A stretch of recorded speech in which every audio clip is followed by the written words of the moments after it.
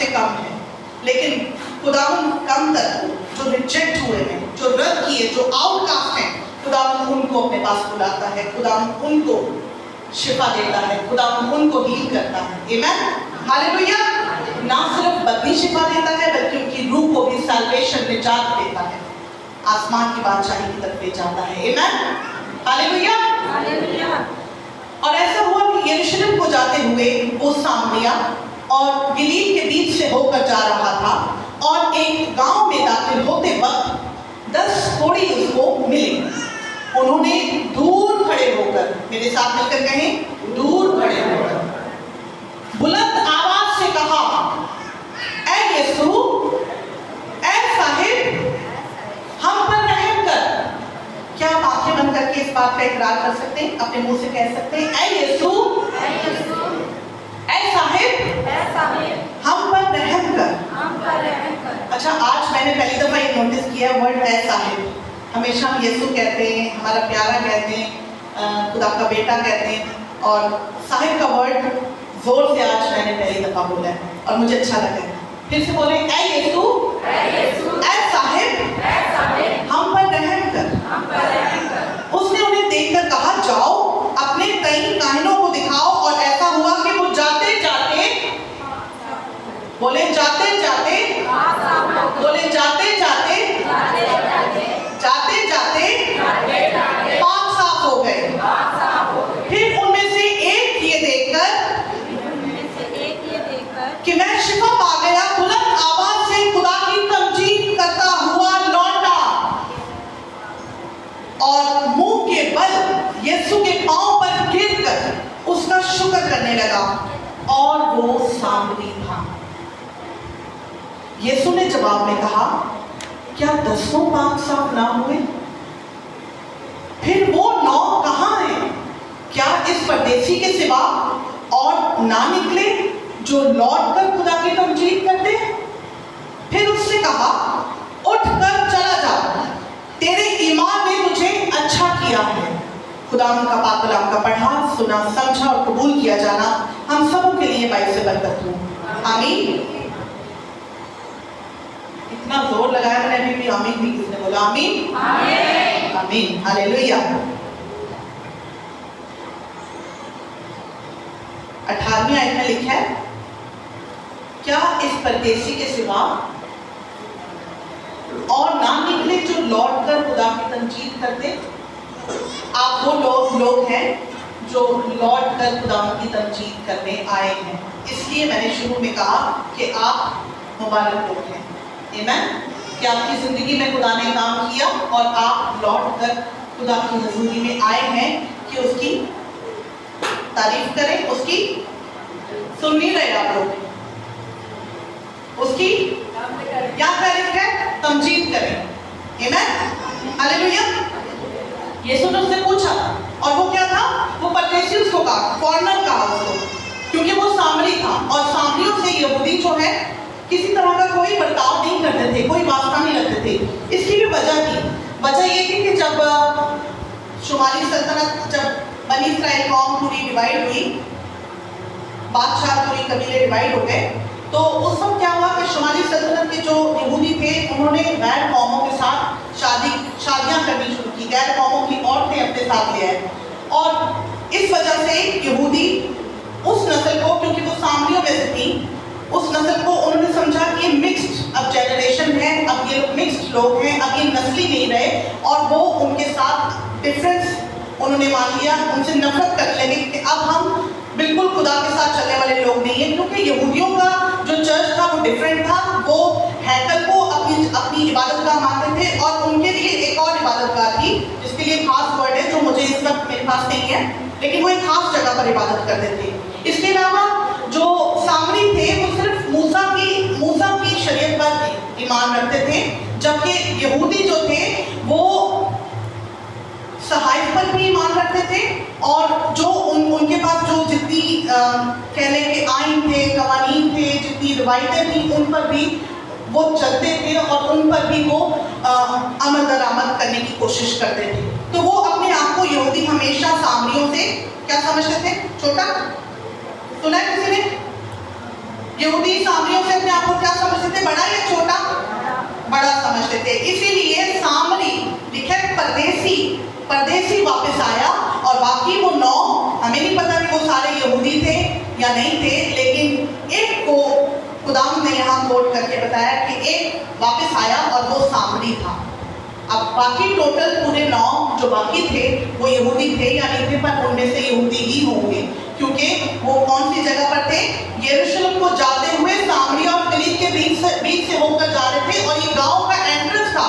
जब वो उस गांव में दाखिल हो रहा था यीशु, तो एंट्रेंस पर ही दूर कुछ लोग खड़े हुए, कुछ 10 कोढ़ी खड़े हुए, उसे पुकार कर यीशु यीशु कहकर, साहिब कहकर उस पर उससे कहने लगे कि हम पर रहम कर। और ये फासला मैं समझती हूँ इतना होगा कि यीशु और उसके शागिर्द उनकी आवाज सुन पा रहे। ऐसा डिस्टेंस नहीं था कि उन तक उनकी आवाज ना पहुंचे। शायद हो सकता है कि 100 कदम, शायद हो सकता है कि 200 कदम, 500 कदम, मतलब आवाज सुनाई दे रही, राइट? अब ये दूर क्यों थे? क्योंकि ये कोढ़ी थे, और कोढ़ियों के लिए ये कलाम में लिखा है, ओल्ड टेस्टामेंट में उनके लिए ये रिवायत थी, उनके लिए ये सिस्टम था। बिब्लिकली भी ओल्ड टेस्टामेंट में अगर हम देखें कि वो अपने आप को खुद चिल्ला कर कहते थे कि मैं कोढ़ी हूँ, क्योंकि मैं नापाक हूँ, मैं पाक नहीं हूँ, तो वो एलानिया मुँह से इकरार करते रहते थे, और वो दूर उनको अपने से दूर कर दिया जाता था। जो सही लोग होते थे, जो पाक, जो खुदा की हजूरी में जा सकते थे, उनसे अलग उन्हें ठहराया, उनको भेजा जाता था। अंडरस्टूड? क्लियर हो गया कि कोढ़ी क्यों दूर खड़े थे? तो उनके लिए बीमारी तो एक तकलीफ थी ही कि बीमार है, उससे बड़ी तकलीफ ये कि अपने रिश्तों से भी दूर, अपने घर से भी दूर, अपने खानदान से भी दूर, बिल्कुल अकेले, परदेसी, और गैरों के बीच में, जहां बाकी सभी कौन है? सबका दुख कौन सा है? एक ही दुख है। सब क्या थे? कौन सी बीमारी चल रही है यहाँ पर? सब कोढ़ी थे, 10 के 10 कोढ़ी थे, राइट? यीशु ने कहा कि क्या एक ही वापस आया, बाकी सबने शिफा नहीं पाई?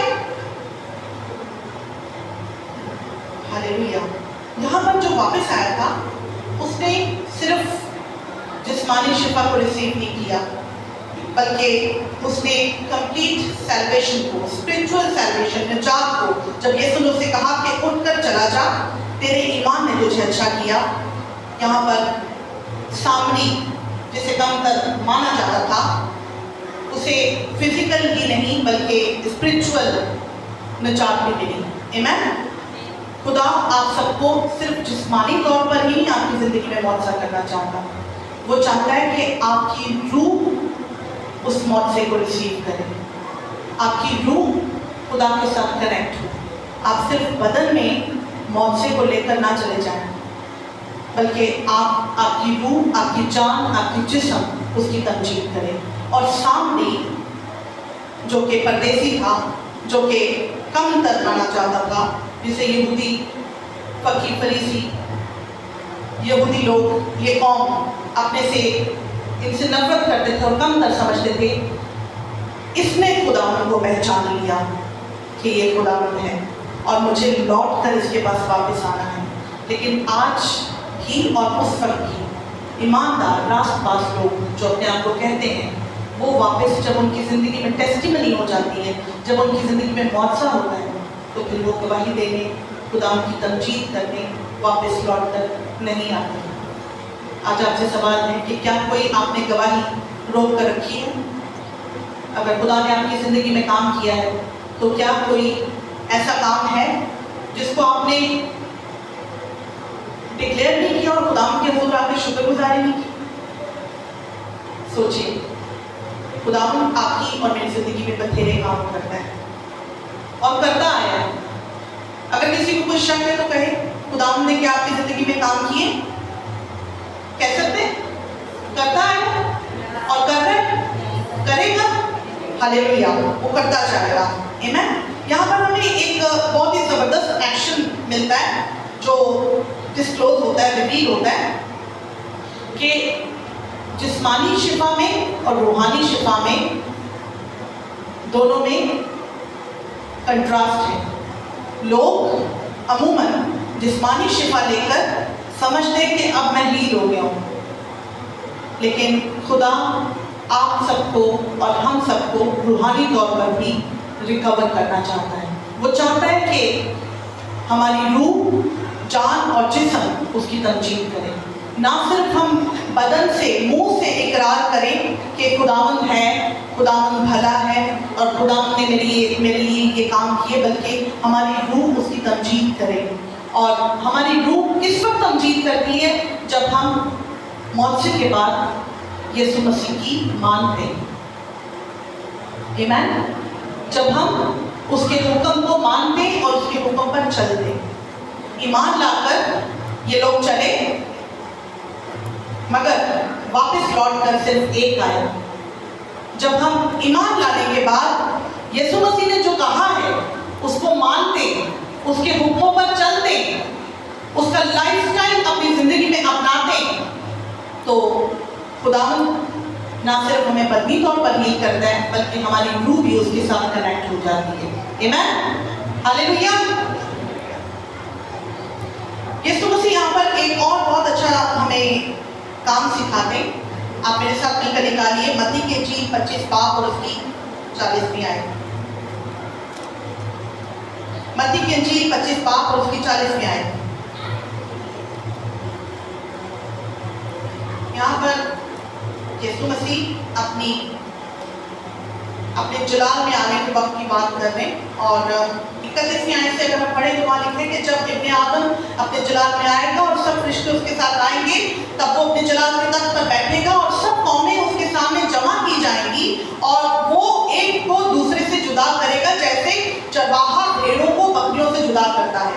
दाईं तरफ एक लोग होंगे, बाईं तरफ एक लोग होंगे, और दाईं तरफ वालों को यीशु कहता है वो मुबारक होंगे, और बाईं तरफ जो लोग हैं उनको यीशु कहता है कि वो मलाउन होंगे। क्यों? क्योंकि लिखा है कि जब मैं भूखा था तुमने मुझे खाना खिलाया, मैं प्यासा था तुमने मुझे पानी पिलाया, मैं परदेसी था तुमने मुझे अपने घर में उतारा, नंगा था तुमने मुझे कपड़ा पहनाया, बीमार था तुमने मेरी खबर ली, कैद में था तुम मेरे पास आए। 40वीं आयत आपके सामने। बादशाह जवाब में उनसे कहेगा, फिर आसपास लोग उससे कहेंगे कि हमने ये कब किया? तो बादशाह यीशु जवाब में उनसे कहेगा, मैं तुमसे सच कहता हूँ कि जब तुमने मेरे इन सबसे छोटे भाइयों, मेरे साथ मिलकर कहें छोटे भाइयों, जब तुमने मेरे इन सबसे छोटे भाइयों में से किसी एक के साथ ये सुलूक किया तो मेरे ही साथ किया। यीशु मसीह आपकी और मेरी कदर करता है। कह सकते हैं आप अपने दिल पर हाथ रखें कि खुदावंद को मेरी वैल्यू हो।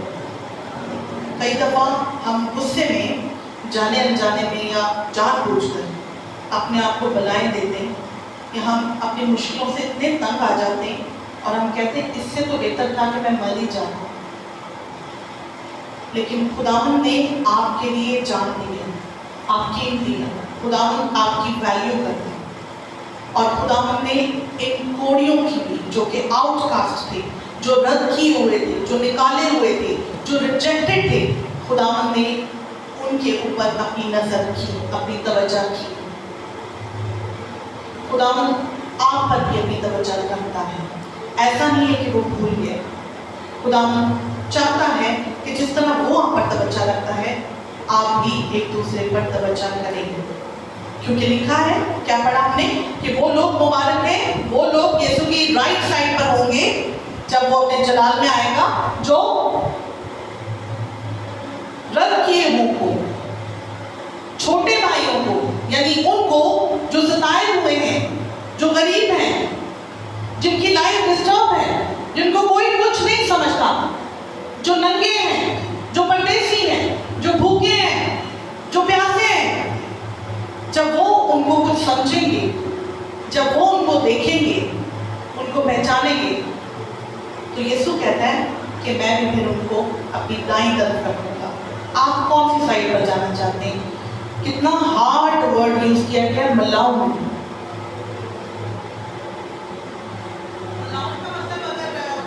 क्या लांती वर्ड बन रहा है मलाउन, लांती बन रहा है कर्स्ड, दे आर कर्स्ड। और हम तो बड़े दावे से कहते हैं कि वी आर ब्लेस्ड। अभी हमने कहा कि हम ब्लेस्ड हैं। यीशु जब आपके साथ और मेरे साथ, जो कि हम सोचें तो कितने गुनाह करते हैं दिन भर में भी, तौबा करने के बावजूद हम सब बपतिस्मा याफ्ता हैं, तकरीबन सभी, सब ने बपतिस्मा लिया है, सब खुदा के साथ चलने की कोशिश करते हैं। लेकिन एक दिन में ही, पूरे हफ्ते का तो अगर हिसाब लगाएं तो शायद कितनी अनगिनत बातें होंगी जो हमने सरसद हमसे हुई। लेकिन अगर हम एक दिन का ही, आज सुबह से कोई हिसाब लगा लें तो 2-3 गलतियां तो होगी होंगी।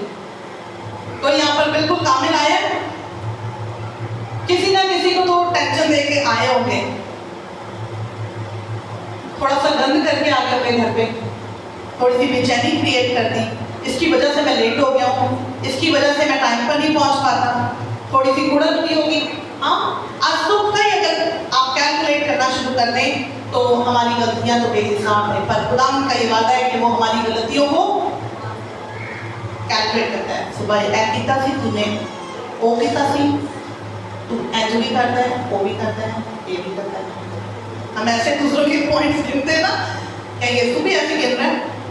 गिन रहा है हमारी गलतियां? नहीं गिन रहा, वो हिसाब में नहीं लाता। वो हमारे गुनाहों को हमसे ऐसे दूर फेंकता है जैसे पूरब पश्चिम से। आमीन, हालेलुया। तो यीशु मसीह हमें माफ करता है। तो क्या हम एक दूसरे को माफ कर रहे हैं? माफ करते हो आप? बड़ों से भी गलती हो सकती है, बच्चों से भी होती है। क्या हम एक दूसरे को माफ करते हैं? हमें माफ करना है। आमीन, हालेलुया। तो यीशु यहाँ पर कहता है कि अपने से छोटों से प्यार करो। जो आपको लगता है कि रिजेक्टेड है, उनको हमने गले लगाना है। और अगर हम नहीं कर रहे तो यीशु ने बड़ा ही हार्श वर्ड यूज किया है कि फिर वो दाएं नहीं बल्कि बाईं तरफ होगी। आज आपको एनालाइज करना है कि आप कौन सी तरफ में अपने आप को प्रिपेयर कर रहे हैं, क्योंकि हम कहीं ना कहीं तो तैयार हो रहे हैं। कौन सी जगह पर जाने के लिए हम प्रिपेयर हो रहे हैं? हम सब तैयारी के पीरियड में गुजर रहे हैं ना। ये कौन सा वक्त है? ये कौन सा वक्त है? तैयारी का वक्त है, फसल का वक्त है, तैयारी का वक्त है। और यीशु मसीह जल्द वापस आने वाला है। वक्त बहुत नजदीक है क्योंकि यीशु जल्द आने वाला है। और वो कहता है कि तैयारी करो, दुल्हन क्या रहे? तैयार रहे। लेकिन दुल्हन कौन सी तैयारी कर रही है? दाएं जाने की तैयारी कर रही है या बाएं जाने की तैयारी कर रही है? याद रख लें, यीशु ने क्लियर वर्ड में कह दिया है कि मलाउन है वो लोग जो अपने से छोटों की केयर नहीं करते, या किसी के साथ भी उन्होंने इन बातों में से जो मैंने ऊपर पढ़ी अगर नहीं किया तो वो उन्होंने यीशु के साथ किया। तो क्या आप यीशु के साथ ऐसा करना चाहते हैं? नो, हम सब यीशु से प्यार करते हैं। आमीन, हालेलुया। इसी तरह मत्ती की इंजील 18 बाब और उसकी 10वीं आयत में लिखा है,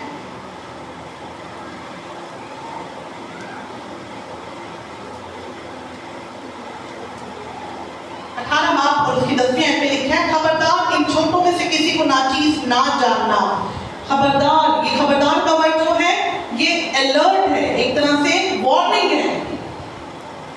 आप देखते हैं जब किसी जगह पर रोका जाता है कि इस जगह पर नहीं जाना, तो वहां पर क्या एक निशान बना होता है? खबरदार, अलर्ट, वार्निंग है कि इन छोटों में से खोई हुई भेड़ों में से अगर आप किसी को समझते हैं कि ये खुदा के लायक नहीं है,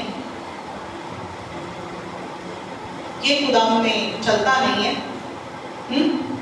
और आप उसको छोटा समझें, तो यीशु ने कहा कि खबरदार इन छोटों में से किसी को नाचीज ना जानना, क्योंकि मैं तुमसे कहता हूं कि आसमान पर उनके फरिश्ते, वाओ, हमारे फरिश्ते, हमारे लिए फरिश्ते मखसूस हैं। मेरे आसमानी बाप का मुंह हर वक्त देखते हैं। अगर आप किसी को यूजलेस समझ रहे, आप सोच रहे कि ये बेकार आदमी है, फारिग है, एनो की बेकना एनो छो और रहने दो, यदि मुंह ना लगे हो। अक्सर हम लोगों को यूजलेस समझते हैं कि ये यूजलेस है, इसका कोई फायदा नहीं है जिंदगी, इसका कोई काम नहीं है, कोई काम नहीं कर रहा, वेस्ट जा रही है इसकी जिंदगी। वो उसका खुदा के साथ ताल्लुक है, आप उसके लिए दुआ करें। लेकिन खुदा ने आपको और मुझे क्या किया? वॉर्न, बोले वॉर्न किए, खबरदार, अलर्ट हो जाओ। कह सकते हैं आप खबरदार, खबरदार का वर्ड यूज करें, बोले खबरदार, इन छोटों में से किसी को नाचीज ना जानना, क्योंकि मैं तुमसे कहता हूं कि आसमान पर उनके फरिश्ते मेरे आसमानी बाप का मुंह हर वक्त देखते हैं। आमीन। क्योंकि इब्ने आदम खोए मुंह को ढूंढने और निजात देने आया है। तो आप और मैं कौन होते हैं फैसला करने वाले किसी के भी बारे में? हम अक्सर सोचते हैं कि इसको खुदा ने दे दिया, इसकी सुन ली, ये तो जबकि खुदा में चलता भी नहीं है। हो सकता है कि वो इस सामरी की तरह वापस लौट कर आया हो, उसने खुदा की तमजीद की हो, और आप वो ग्रैटिट्यूड, वो शुक्रगुजारी आपसे वो नहीं हो रही हो। आप सब कुछ, सारा क्रेडिट अपनी जिंदगी को, अपनी मेहनत को दे रहे हैं कि जो कुछ आज मेरे पास है वो सब मैं मेहनत करता हूँ, तभी तक मानता हूँ, मेहनत करके ही मिलता है। मेहनत है, लेकिन इस मेहनत की ताकत आपको कौन देता है? कौन देता है? खुदा देता है। अगर वो ताकत आपको ऊपर से ना मिले तो क्या आप अपने लिए कुछ भी कर सकते हैं? आमीन, हालेलुया। इसलिए किसी को भी हकीर नहीं जानना। पौलुस रसूल कहते हैं कि कोई अपने आप को किसी से बड़ा ना समझे। आमीन, हालेलुया। तो यीशु मसीह हमें एक और चीज यहाँ पर हमें सीखने को मिलती है कि ये लोग ईमान के साथ चल पड़े। क्या इनको शिफा हो गई थी जब यीशु ने कहा कि जाओ? जब ये चिल्लाए तो यीशु ने इनसे क्या कहा कि जाओ अपने कहीं किसको दिखाओ?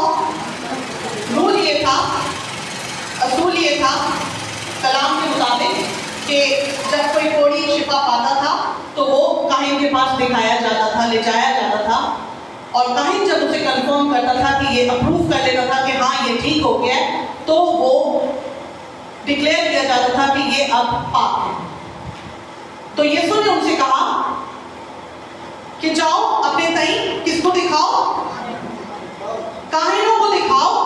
और ऐसा हुआ कि शिफा तो उनको भी नसीब नहीं हुई थी। अब वो अगर चाहते तो वो ये भी सोच सकते थे कि हम यीशु के पास खड़े, शिफा हुई नहीं है तो हम काहिनों के पास कैसे जाएं? वो उस वक्त तक क्या शिफा पा चुके थे जब वो यीशु के पास बोल रहे थे कि हम पर रहम कर? क्या शिफा उन्हें मिल गई थी? नहीं मिली। यीशु ने कहा कि जाओ, और वो ईमान के साथ चल पड़े।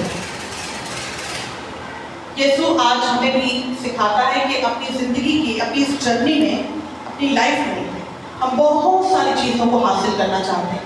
हम चाहते हैं कि ये भी मिल जाए, वो भी मिल जाए, ये भी पाले, वो भी पाले, लेकिन क्या हम ईमान रख रहे हैं कि हम इस जगह से उस जगह तक, हमारे लिए ये फैसला हो चुका है, हमारे लिए बाइबल में, कलाम मुकद्दस में ये बात लिखी जा चुकी है कि जब तुम मेरे नाम से कुछ मांगोगे, चाहोगे तो वो तुम्हारे लिए हो जाएगा?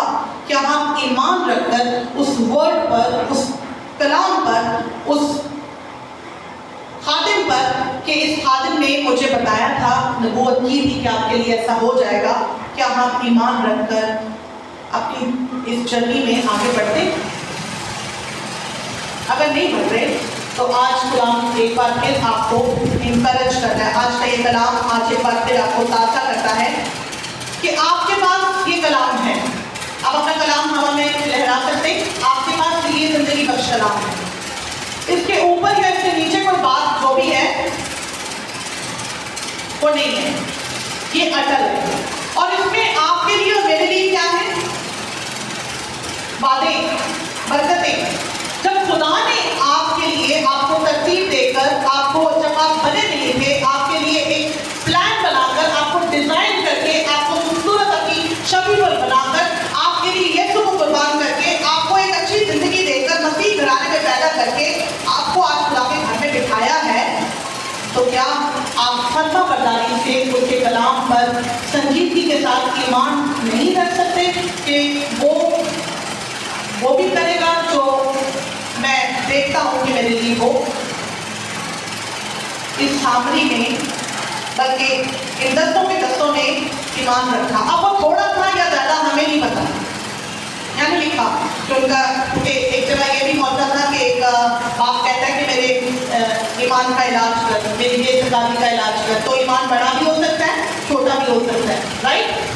तो यहाँ पर हमें नहीं पता कि कितना ईमान था, पर ये उस थोड़े ईमान के साथ या बड़े ईमान के साथ चल पड़े। इन्होंने नहीं सोचा कि हमें शिफा मिली हुई और हो सकता है कि सफर दूर हो लाइनों के पास तक का, ये चलते चलते जा रहे हैं और हो सकता है कि नहीं इनके दिलों में डर पैदा हो रहा हो, या हो सकता है कि लोग इन्हें डरा रहे हो कि तुम तो अभी तक थोड़ी हो और हटो यहाँ से, क्यों जा रहे हो हैकल की तरफ, क्यों कायरों के पास जा रहे हो, तुम तो अभी तक शिफा नहीं पाए।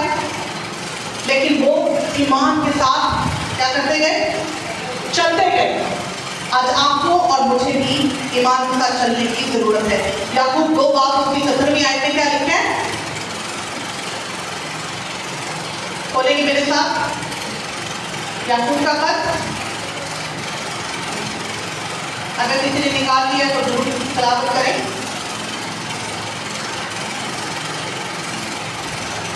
ईमान बगैर कमाल के पढ़े 2 बात और 17वीं आयत में लिखा है।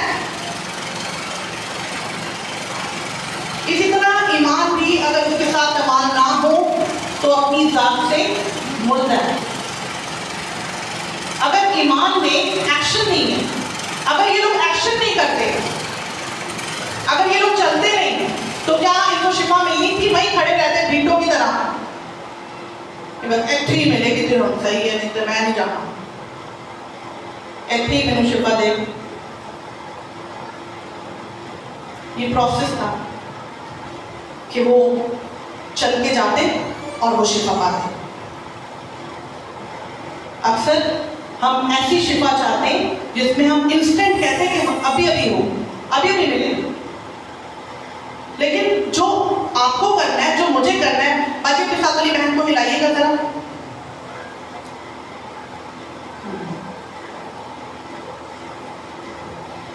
जो हमें करना है वो हमें करना है, वो यीशु ने नहीं करना, वो पाखरू ने नहीं करना।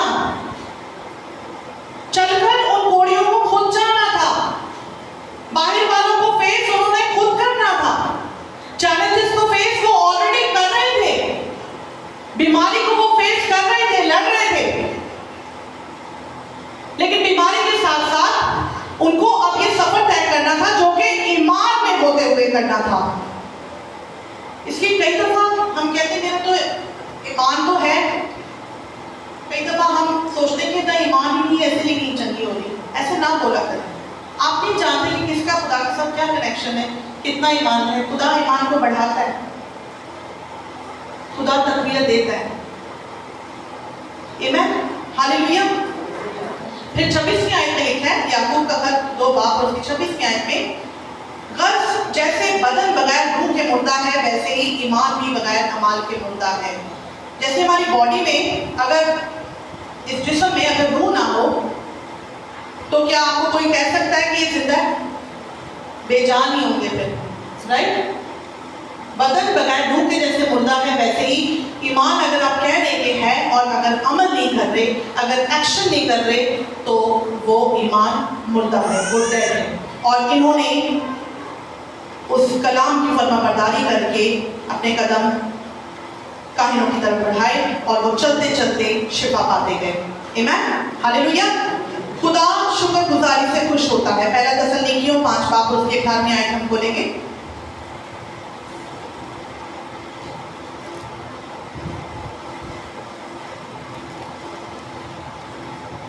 खुदा ने चाहा तो शायद नेक्स्ट संडे और उसके नेक्स्ट संडे हम गॉड्स चर्च की प्रेमिसेस में होंगे, ऐसा ही भाई मंसूर। पहला तसल्लीकियों अगर किसी ने निकाल लिया है तो जरूर इसकी तलावत करें। पहला तसल्लीकियों उसका 5 बाब और उसकी 18वीं आयत।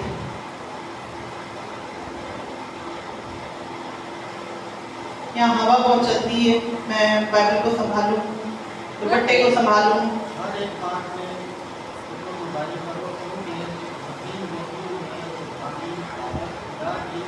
यही मर्जी है, हर एक बात में किसकी शुक्रगुजारी करो? खुदावंद की शुक्रगुजारी करो, क्योंकि क्या लिखा है भाई? हर एक बात में शुक्रगुजारी करो,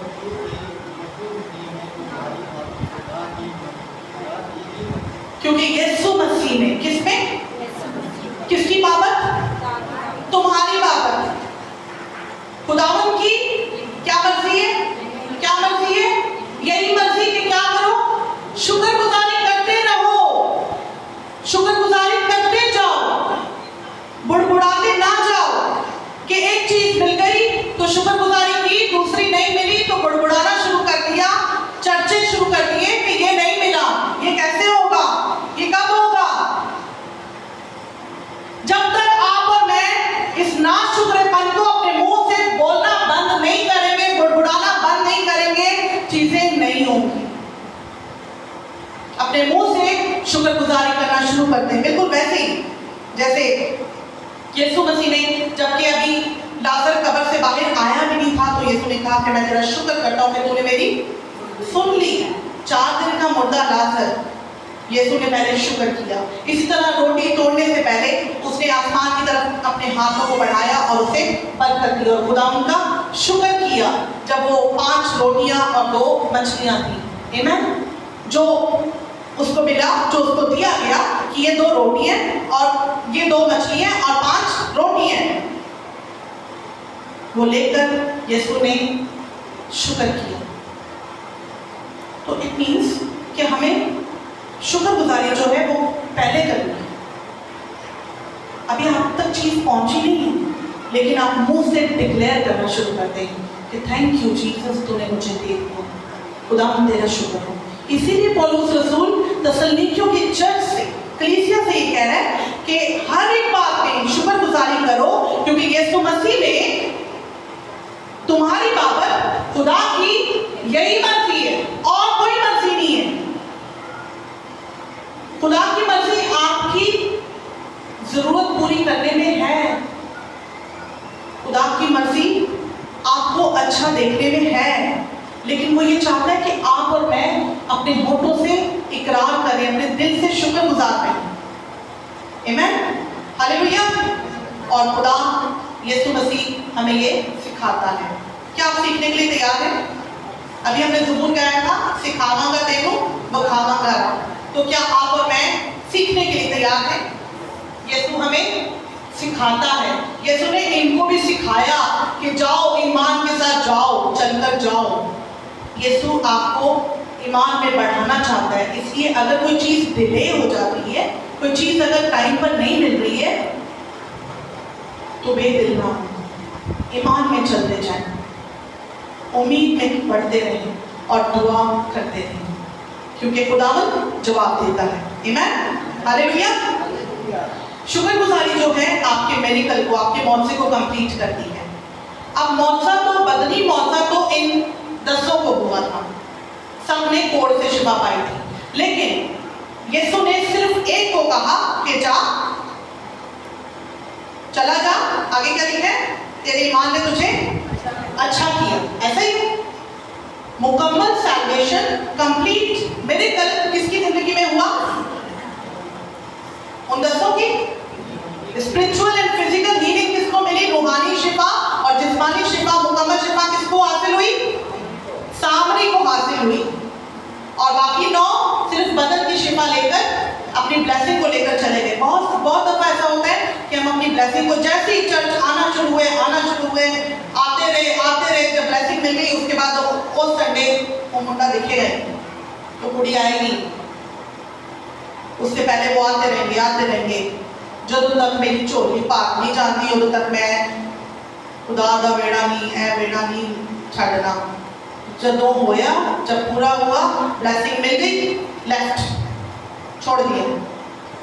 ओहो, ये तो मुझे मिलना ही था, ये तो मेरे नसीब में था, ये तो होना ही था मेरे साथ। ऐसे खुदा चाहता है कि जब आपको कुछ मिल जाए आप तब भी उसकी तमजीद करें। आमीन, हालेलुया, प्रेज़ गॉड। इसलिए खुदावंद की शुक्रगुजारी करते रहें, उसको पहचानते रहें। खुदावंद ने आपकी ज़िंदगी में जो काम किए हैं उसको आप नजरअंदाज नहीं करें। हम बहुत दफा भूल जाते हैं उसे थैंक यू करना।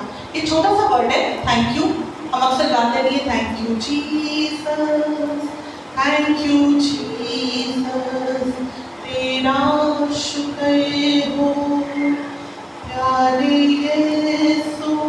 छोटा सा वर्ड है मगर इसमें ताकत है। क्या आपने कभी कोई चीज पाने के बाद घुटने टेककर शुक्रगुजारी की है? उसी वक्त आप भर गए हो शुक्रगुजारी से और सजदा न हो गए हो कि खुदावन तेरा शुक्र करें ये करके, मुझसे तो ये मुमकिन नहीं था। बहुत सारे काम खुदावन करता आया है, कर रहे हैं। इसलिए जब वो आप पर रहम कर रहे हैं और आप शुक्रगुजारी कर रहे हैं तो फिर आप उसे थैंक यू करना नहीं भूलेंगे। या आपकी जिंदगी से उस अमल को स्टॉप कर देगा जो बुड़बुड़ाने का अमल है, जो कहता है कि ये काम मैंने खुद किया है, जो इग्नोर करने का, खुदा की नेमतों को इग्नोर और रद्द करने का अमल आपकी जिंदगी से रोक देगा। ये सिर्फ शुक्रगुजारी है। इसलिए अगर आप बढ़ना चाहते, तरक्की करना चाहते तो सिर्फ शुक्रगुजारी करते रहें। ये बहुत बड़ा फॉर्मूला है जिंदगी में बढ़ने का, तरक्की का। मैंने अपनी जिंदगी में अपने खाबन को, पास्टर राशिद को हमेशा, गलतियां करते हैं, हम करते हैं गलतियां, ऐसा नहीं है कि हम बिल्कुल सही हैं, हमसे बहुत मिस्टेक्स होती हैं और हम उसके लिए खास दुआ करते हैं कि खुदावन, मैंने उनको ये दुआ करते सुना है, मैंने उनसे भी सीखी ये दुआ कि मेरी बेवकूफ़ियों और मेरी नादानियों को खुदा तो अपनी हिकमत से भर दे। और मैंने कभी भी, मेरी शादी को 22 से 23 साल हो गए, 2003 में शादी हुई थी, आज तक भी किसी एक बात पर भी मैंने उनको नाशुक्र होते नहीं देखा कि नहीं हुआ तो ये मेरी बदकिस्मती है या खुदा की वजह से ऐसा हो गया या खुदा ने ऐसा नहीं किया, कभी भी नहीं। हमेशा मैंने उन्हें शुक्रगुजार पाया और मैं खुदा का शुक्र करती हूँ कि खुदा ने मुझे ऐसा साथी दिया। इसलिए अगर आपका कोई साथी कमज़ोर है तो आप शुक्रगुजार हो जाएं। अगर आपके साथ वाला कोई भाई कमज़ोर है, ईमान में इतनी ताकत नहीं है उसके, तो आप शुक्रगुजारी करते रहें उसके लिए भी, शायद वो आपसे इस अमल को सीखे और मैंने भी सीखा। आमीन, हालेलुया। इसलिए शुक्रगुजारी करते रहें क्योंकि उसका करम उम्र भर का है। भलाई और रहमत, क्या लिखा है ज़बूर 23 में, भलाई और रहमत उम्र भर मेरे साथ साथ रहेगी। आमीन, हालेलुया। इसलिए खुदावंद जब आप पर शफकत करता है तो उसको हाईलाइट किया करें। हम अपनी उन कामों को जो नहीं होते उनको हाईलाइट करके, हाईलाइटर देखा है कभी? हाईलाइटर किसको पता है? हाईलाइटर पता है? उसको हाईलाइट करके ये नहीं हुआ। अच्छा, कुछ जिंदगियों में ये भी आदत है कि पहले से ही अपने दुखड़े दूसरों को सुना देंगे ताकि कोई पैसे ना मांग ले। ये नाशुक्रापन है। पहले से ही आप दूसरों को ऐसा बता देंगे कि आपके जितना मजबूर तो कोई है ही नहीं। बीमारियां तो बात की बातें, मजबूरियों की बात करेंगे कहीं डर के हमारे पैसे ना मांग ले। भाई आप सच्चाई से बोलो कि भाई मेरे पास पैसे हैं, मेरे पास है, मुझे खुदा ने बरकत दी है, लेकिन उतने ही है जो मेरा घर चल सके जिससे आपको देने के लिए नहीं है। सॉरी, अभी इस वक्त नहीं है।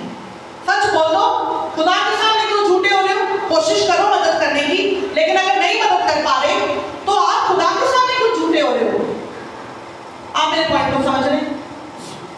मैं गलत तो नहीं कह रही, मैं गलत तो नहीं कह रही। सच बोले, किसी के सामने अपने आप को ये प्रूव करने के लिए नहीं मेरे को तो है ही है। खुदा तो देख रहा है, खुदा को पता है आपके पास है। क्यों रोना? क्यों हर वक्त अपनी बातों को, अपने घर के मामलात को, अपनी बेटियों को, अपनी बहनों को, अपनी बहुओं को नंगा करना कि ये ऐसी है, वो वैसा है, ये बेटा वैसा है। अपने ही बच्चों को औरतें भी, भाई भी, बाप भी पेट नंगा कर करके दिखाते हैं। हेलो, आपको क्या लगता है? आपने तो गुस्से में वो जुमले कह दिए, आपको क्या लगता है जो बाहर वाले ये जुमले सुन रहे, जब उन तक ये मैसेज पहुंच रहा है तो क्या वो वो एक गलत नेगेटिव थॉट नहीं उस बंदे के लिए प्रोड्यूस हो रहा। आप मेरा पॉइंट समझ रहे हैं?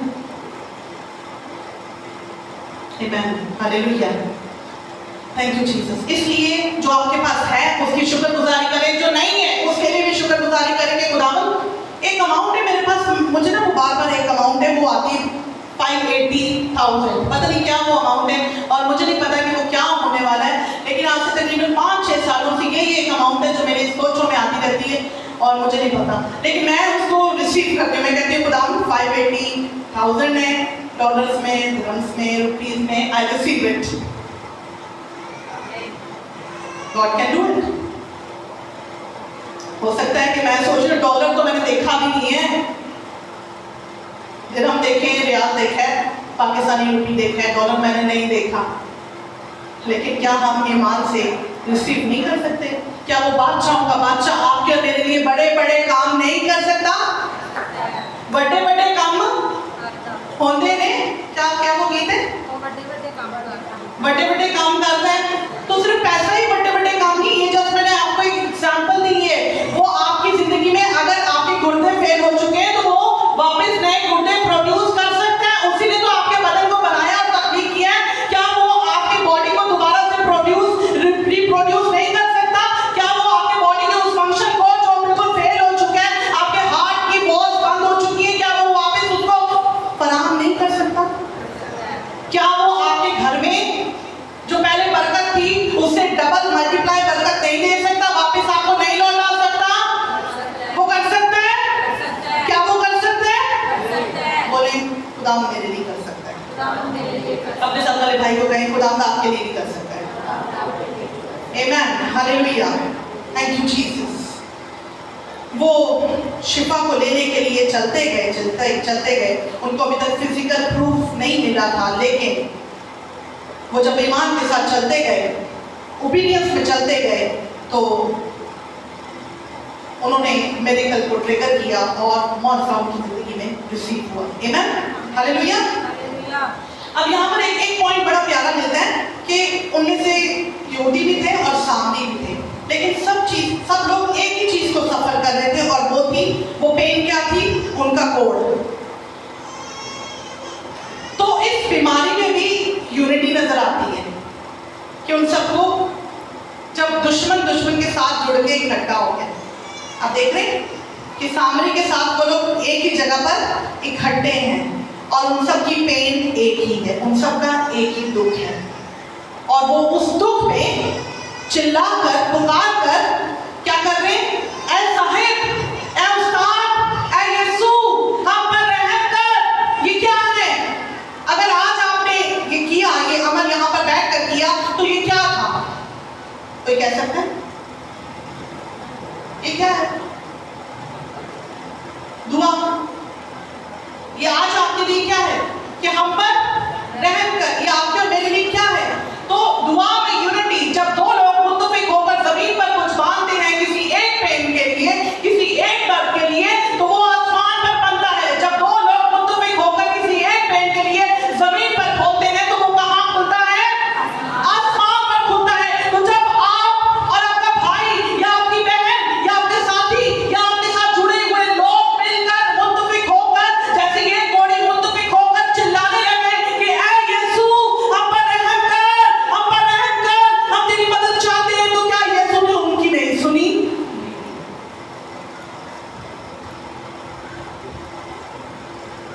तो इसलिए यूनाइटेड प्रेयर, एक घर में रहते हुए हम डिफरेंट प्रेयर कर रहे होते हैं। एक कह रहा है ये करना है, एक चाह रहा है वो करना है। एक चाह रहा है मेरे माँ बाप, मेरी औरत चाह रही है मेरे माँ बाप के घर में ये पैसे चले जाए, आदमी चाह रहा है कि ये पैसा मेरे माँ बाप के घर में चला जाए, राइट? एक ही घर में डिफरेंट थॉट्स हैं, थॉट प्रोसेसिंग, और खुदा भी उधर बैठा हुआ ऊपर सोचता होगा मैं किसकी सुनूं, इसकी सुनूं, उसकी सुनूं। इसलिए जब मियाँ बीवी में यूनिटी नहीं होगी कि किस बात के लिए मुत्तफिक होकर हमें मांगना है, अपनी बीवी से मशवरा करें, अपने शौहर से मशवरा करें कि इस बात पर हम दोनों मुत्तफिक हैं कि हमें ये बरकत मिले। पहले मैं अपने खावंद के साथ कुछ चीजों में मुत्तफिक नहीं होती थी, पर मैं चुप रहती थी, जिसकी वजह से उनकी बहुत सारी दुआएं रुक जाती थी और मेरी भी पूरी नहीं होती थी। लेकिन अब जब हम दुआ करते हैं तो हम जुड़ जाते हैं, और खुदा उनका वादा है कि जब दो लोग मुत्तफिक होकर मांगते हैं तो वो उनको मिलता है। आमीन। मांगो तो तुम्हें दिया जाएगा, खटखटाओ तो तुम्हारे वास्ते, ढूंढो तो पाओगे। क्या ढूंढ रहे हो? क्या ढूंढ रहे हो? कोई हुई भेड़ें ढूंढ रहे हो यीशु के लिए? फसल पक चुकी है, मजदूर थोड़े हैं। हम बाप से सिर्फ दौलत, पैसा, अपनी आसाइशों की चीजें मांग रहे हैं। क्या हिकमत मांग रहे हैं? बाप मजदूर भेज मांग रहे हैं? ऐ बाप फसल पक चुकी, मजदूर भेज मांग रहे हैं? कभी सोचा है कि किसी रूह को इस साल में मैंने लेकर जाना है खुदा के को? कभी फिक्र की है? लीडर्स जो हैं, लीडर्स पे अटैक अभी होगा।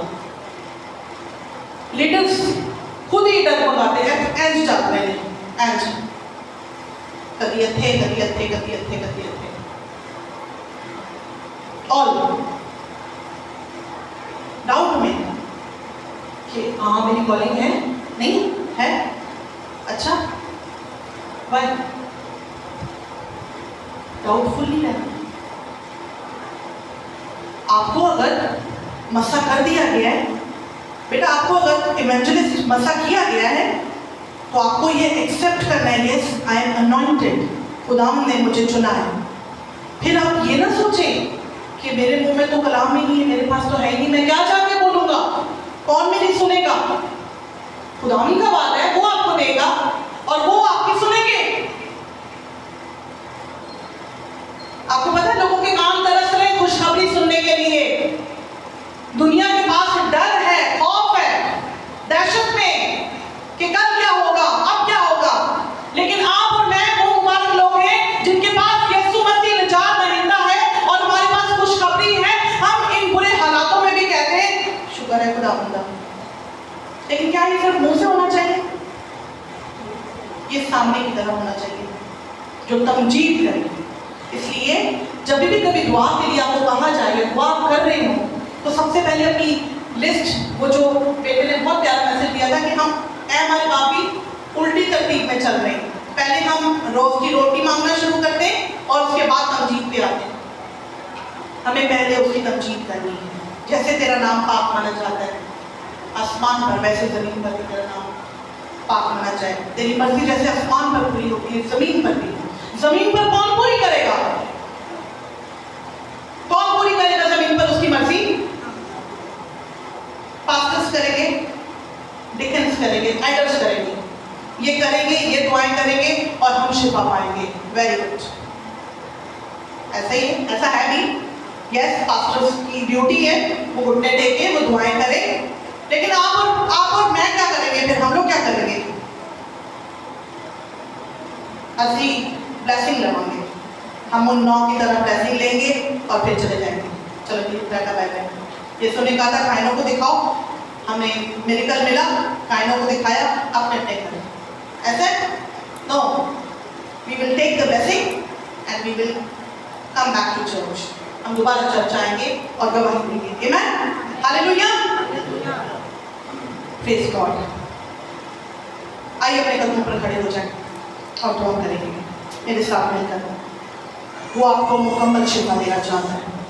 वो आपको सिर्फ जिस्मानी तौर पर हील नहीं करना चाहता, वो चाहता है डीप इनसाइट आपका बातिन जो है वो रेस्क्यू करे, वो उसको छुड़ाना चाहता है। वो आपकी स्किन को ही सिर्फ ठीक नहीं करना चाहता, इनकी स्किन ठीक हुई थी, बल्कि वो डीपर इनसाइड आपके बातिन में काम करना चाहता है। वो आपको मुकम्मल तौर से बहाल करना चाहता है, वो आपको रीस्टोर करना चाहता है। क्या आप तैयार हैं बहाल होने के लिए? क्या आप तैयार हैं बहाल होने के लिए? क्या आप रूहानी तौर पर बहाल होने के लिए तैयार हैं? आप चाहते हैं कि आप सिर्फ यहाँ की दुनियावी नेमतों को ही ना अपने तक रखें, बल्कि आप उस रूहानी नेमतों के वारिस बन जाएं, उस बादशाह के वारिस बन जाएं, उन कोड़ों के उन कोड़ों से जो हमारे पाप धुले हैं, उस उस कुर्बानी को समझते हुए हम उस बादशाही को रिसीव करने वाले हों। क्या आप चाहते हैं? Hallelujah, thank you Lord, thank you Jesus. आइए मेरे साथ मिलकर इकरार करें, यीशु हम तेरा शुक्र करते हैं, हम उन तमाम मौजों के लिए जो तूने मेरी जिंदगी में किए, तेरा शुक्र बजा रहा है। इन सांसों के लिए तेरा शुक्र करते हैं, इस जिंदगी के लिए तेरा शुक्र करते हैं, पाखरू इस निजात के लिए तेरा शुक्र करते हैं। हम तेरा शुक्र करते हैं हर उस अच्छी बख्शिश के लिए जो तू हमें देता है और देता आया है और देता रहेगा। हम तेरा शुक्र करते हैं उस सामने की तरह हम वापस आते हैं और रुजू लाते हैं, हम तेरे कलाम पर रुजू लाते हैं। हम भी ईमान में चल पड़े हैं, हम तेरे कलाम पर चलेंगे, हम वादा करते हैं, हम तेरे कलाम में दौड़ेंगे, हम तेरी हिकमत पर चलेंगे। जैसे वो 10 चल पड़े, हम भी चल पड़ेंगे, हम पीछे मुड़कर ना देखेंगे।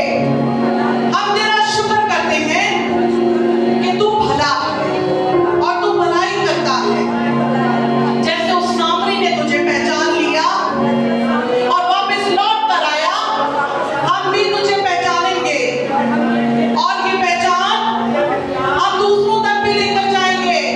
हम अपनी फैमिली में भी तेरे कामों का बयान करेंगे, हम अपने खानदानों में बताएंगे कि तू जिंदा है, तू मौजूद है, तू यहोवा है, तू यरी है, तू रब्बा है, तू मुहैया करता है, तू शालूम खुदा जो तसल्ली देता है, तू नसीह है, तू कौम का झंडा है।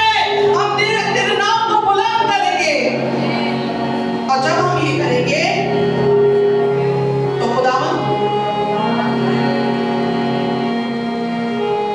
मौत से हमारा पीछा करेंगे।